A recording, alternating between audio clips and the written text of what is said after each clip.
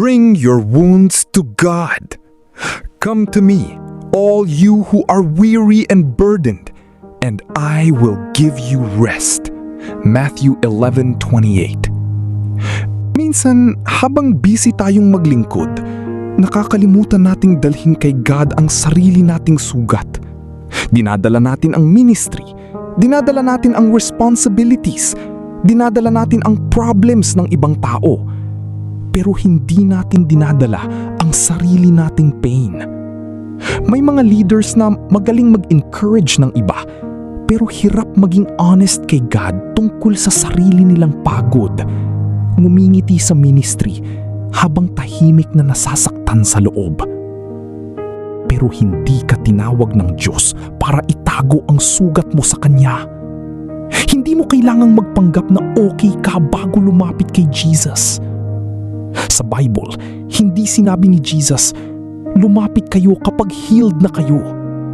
Ang sabi niya, come to me.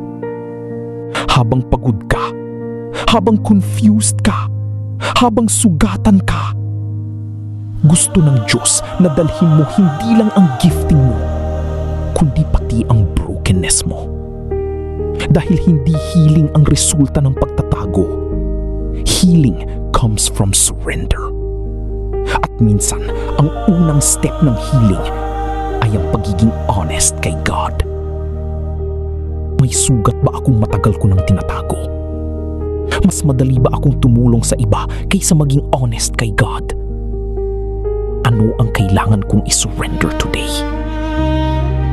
Let's pray.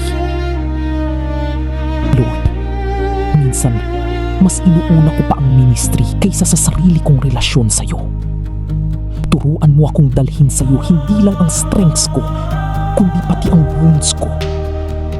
Bigyan mo ako ng courage maging honest at magpahinga sa presensya mo. Amen. God wants your wounds too, not just your worship.